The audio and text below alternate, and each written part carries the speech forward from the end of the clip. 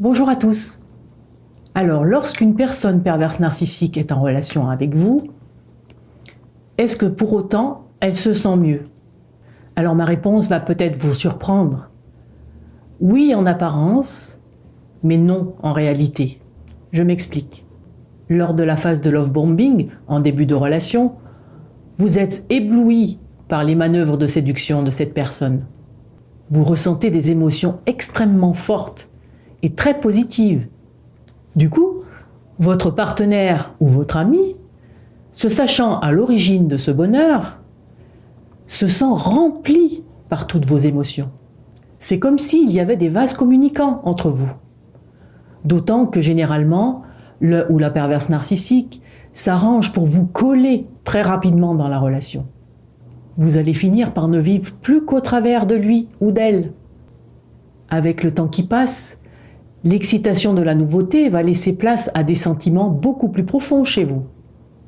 Mais pas chez votre partenaire ou votre ami, chez qui l'engouement s'amenuise et lui donne envie de retrouver cette exaltation ailleurs. À ce moment-là, de votre côté, vous ressentez ce déficit d'intérêt et vous allez donc déployer d'énormes efforts pour retrouver la magie des débuts. Et c'est là que vous signez votre arrêt de mort, en quelque sorte. En effet, en souhaitant lui témoigner tout votre amour, votre attachement profond, vous montrez à cette personne toute votre intériorité, toutes les qualités de cœur que vous avez et que cette personne n'a pas pu développer et n'aura jamais.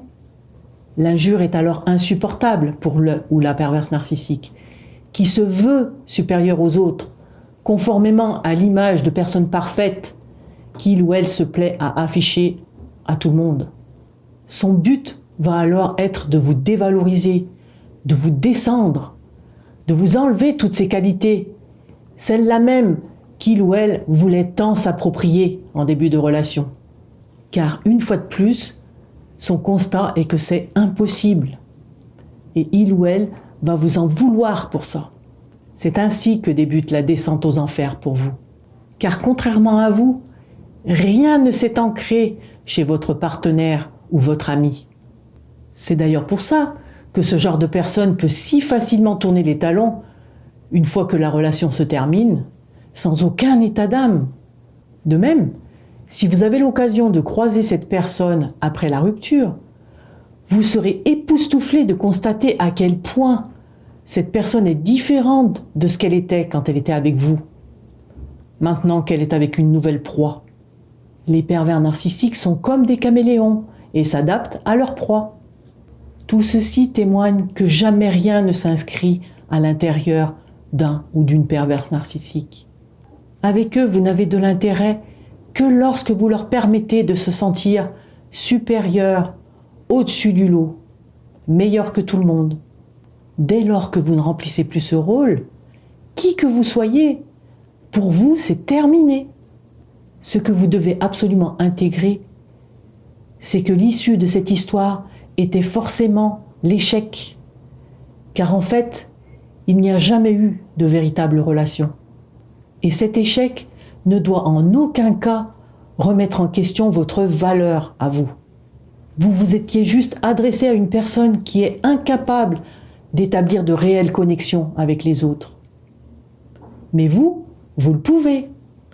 Alors détournez-vous au plus vite de cette personne qui ne vous veut pas du bien et pour qui vous ne pouvez rien. Et pour répondre à la question, tant qu'elle trouvera des personnes à manipuler, la personne perverse narcissique continuera son cycle infernal et ne pourra pas faire les démarches pour aller réellement mieux. Dites-vous qu'en partant, vous lui rendez service finalement, puisque vous ne validez plus son fonctionnement pathologique. Je vous souhaite bon courage à tous et vous dis à bientôt.